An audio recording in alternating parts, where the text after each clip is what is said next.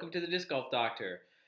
This episode we're going to talk about forehand, something I'm excited to talk about, something that I only did for the first year or so of playing, so I feel like I have a fair amount to share with you guys, some tips to focus on, what to do, what not to do. We're going to take a look at some of the form from the pros, and we'll talk about some more exercises, some potential drills to do.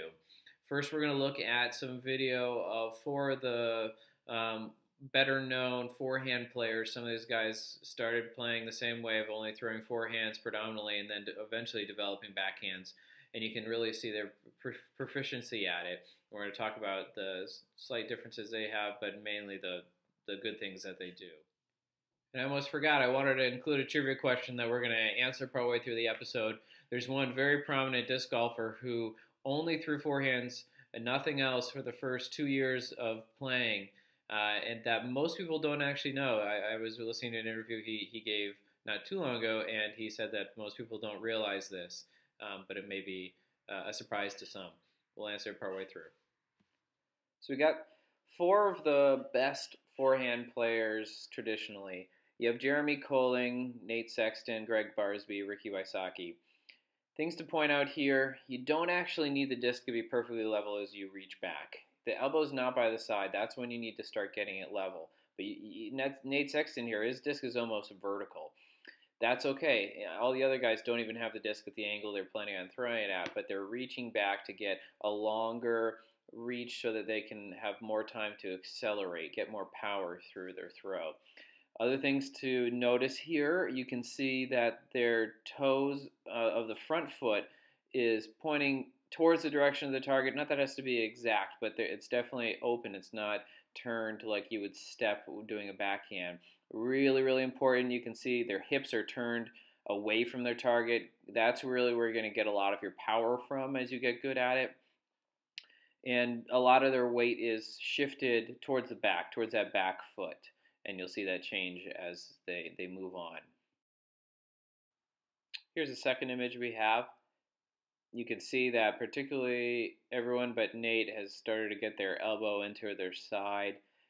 Nate's throws either elongated or I just caught it at the wrong point. But you can see that the disc is starting to get in line with the angle they want to release it at. Their hips are starting to turn towards your target. If you pick out anything from that image, that's what you want to gain, is that you initiate your throw from the hips, from your lower extremities. You're starting to transfer that weight from the back foot to the front foot.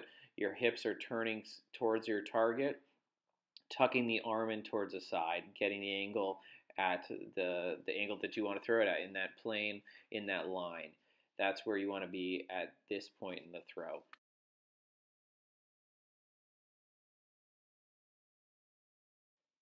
The third image here, they're starting to release the disc. You can tell that their hips are now almost square with their target. They're continuing to use their hips, their lower body, to gain that power. The arm is just starting to come, the elbow is just starting to come away from their side. You can tell that basically all the weight is transferred towards that front leg. In fact, if you look at it, none of their back feet are on the ground at this point.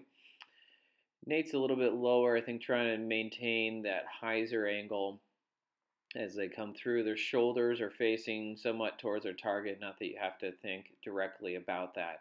But you do want to make sure you're not holding your body back, that you're allowing your body to follow through.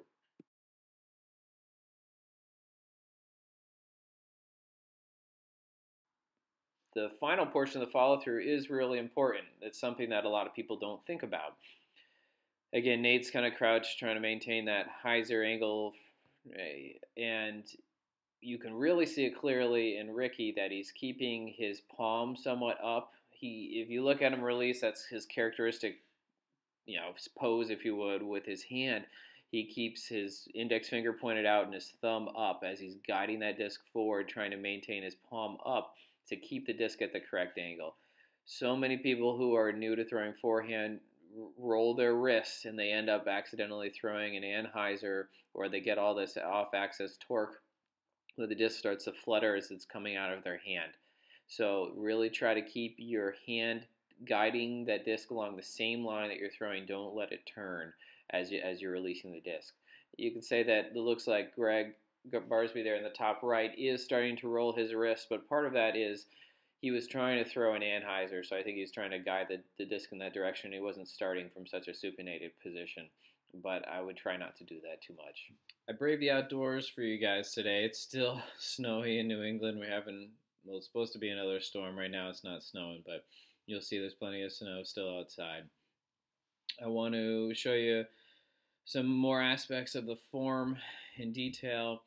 One of the best things you can do is to start learning with an understable mid-range disc.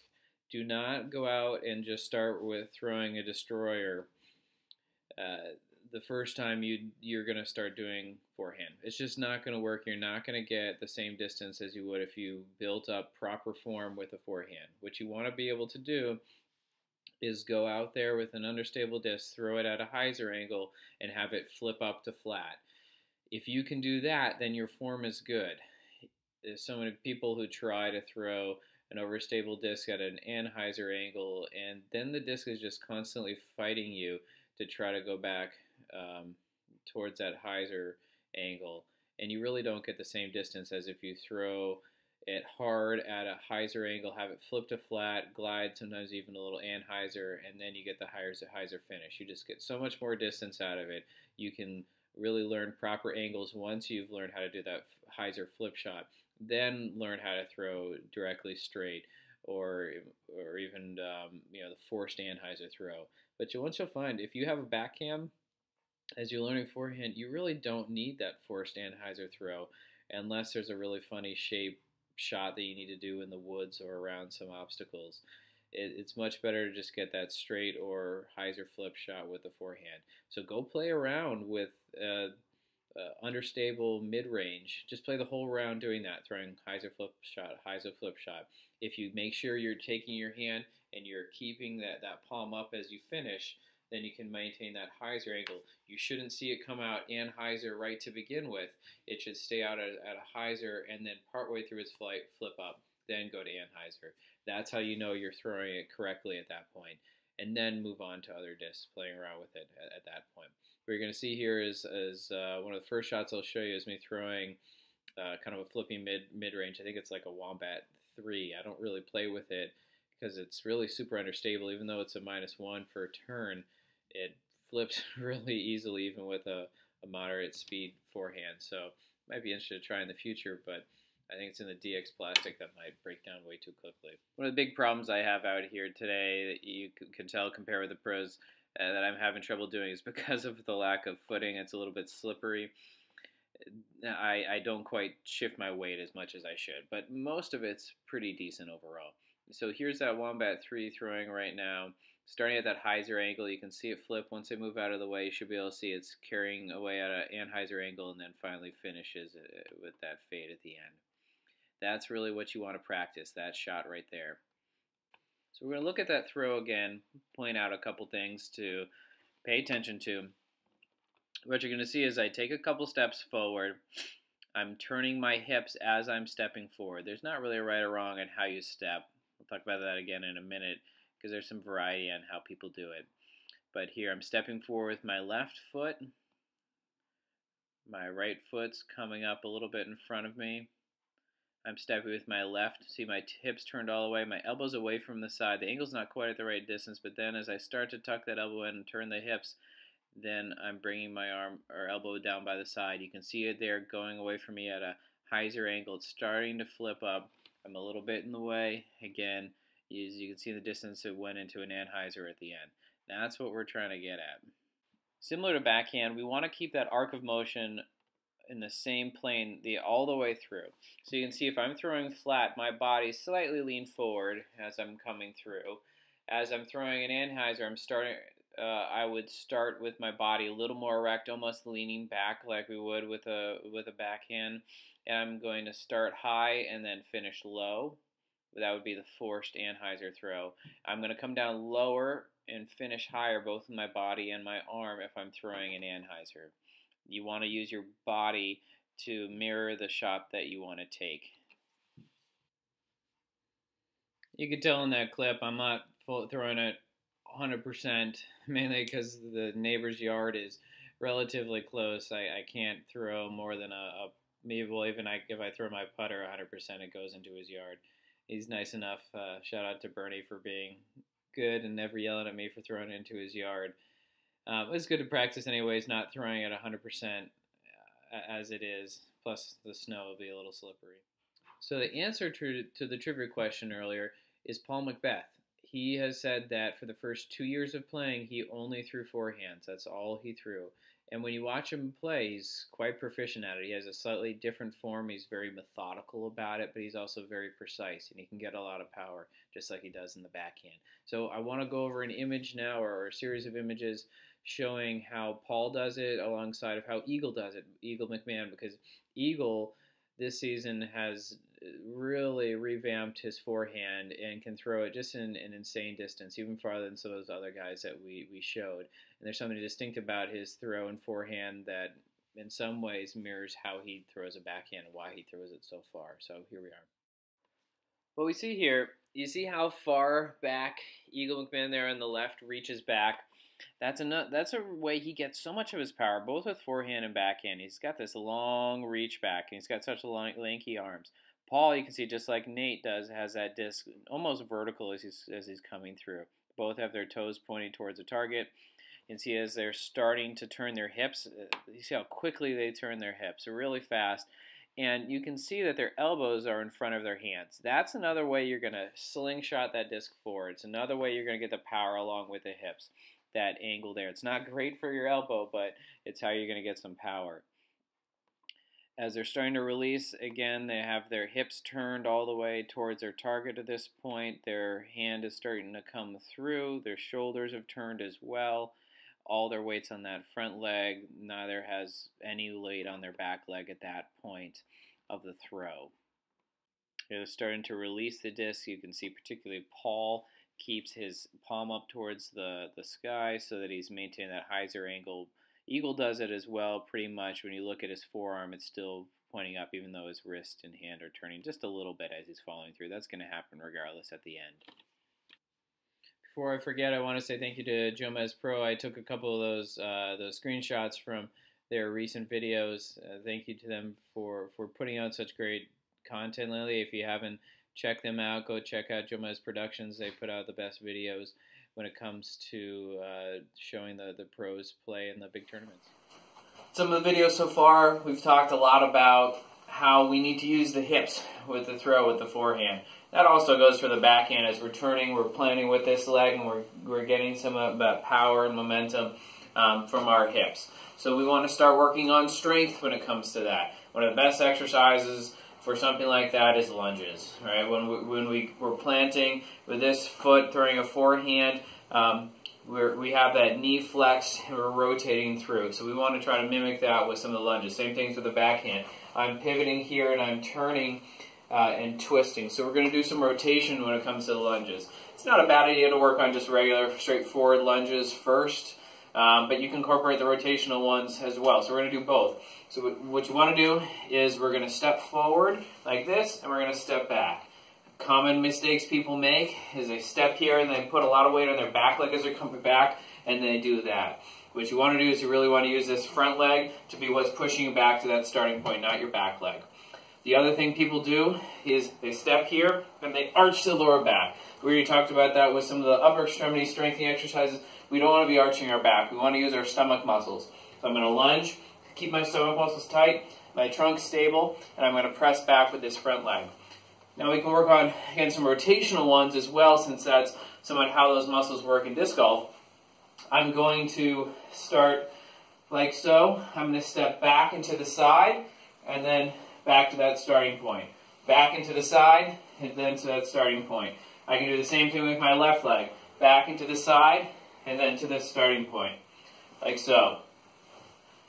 You're really using different hips when it comes to each throw. My forehand, I'm really using this left hip. You throw a lot of forehands, if you haven't done so in a while, your left hip's going to be sore if you have good form.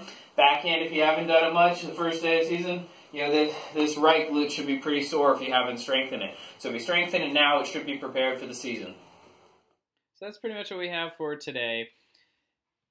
rather than going over a specific drill, again, you see many out there where people are using towels and various aids and things like that to practice. I think the best thing to practice is literally just to take the putter out, an understable putter, like I said. Start with just the wrist motion, then work up to using part of your more of your arm, getting that lag between your elbow and your hands, and then building up to be able to use your body.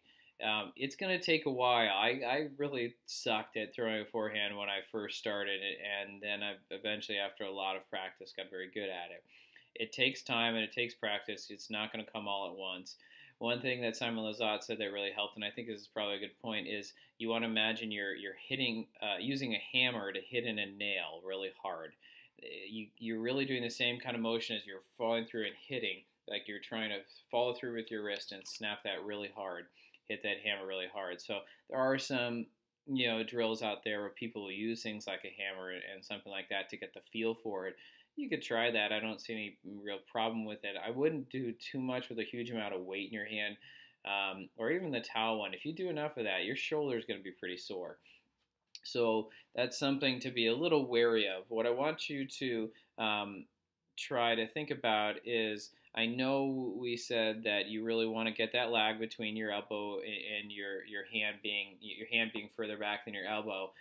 Keep in mind that that does put a huge amount of strain on your elbow, puts a huge amount of strain on your shoulder. So it's one thing if you're going to do it some of the time, but I wouldn't be really doing it all the time. That's what I found out when I was playing forehand only for the first year or so, is if I played 18 holes and I was throwing it really hard, I sometimes it would be pretty sore afterwards. It would definitely, if I played 2 days in a row, I'd be very sore in the shoulder. And once I started throwing backhand and mixing up the two, I really didn't get that soreness anymore. So I would really advise people who do throw forehand predominantly to mix it up, and not just try to throw forehand off the tee every throw, because that is a large you strain on your shoulder. You see that with little leaguers in particular. They end up with these injuries mainly because they're younger and their shoulders and elbows haven't matured. But if you start putting too much strain on those structures break down. You see that even in professional pitchers, because they're loading their elbow in a very similar way, their shoulder in somewhat of a similar way. So you got to work on those rotator cuff muscles like we were talking about in that first episode to start stabilizing that shoulder so it's prepared to start taking those forces. But really mix it up between the forehand and backhand. That way no one structure is being strained repetitively the same way on every throw. So drill-wise, that's what I would do. We talked about obviously the lunges. Start working on the lunges to get those hips stronger. That's where you get a lot of your power, your core, your hips. So we were already starting to work on shoulder strength. We're starting to work on core strength, and we're working on hip strength now. Let me know your comments, please, suggestions, thoughts. I'd love to hear it. Anything you want clarification on here, I'd be happy to go over. I'm always thrilled to talk about forehand since I've really enjoyed it a lot. But I actually found this episode a little challenging to do because I've had to study the backhand so specifically, since I really didn't know how to do it as well. Forehand comes so naturally, I kind of had to really think about what I actually do and even look at the pros and seeing what they do. So, again, thanks for joining us. Have a good one.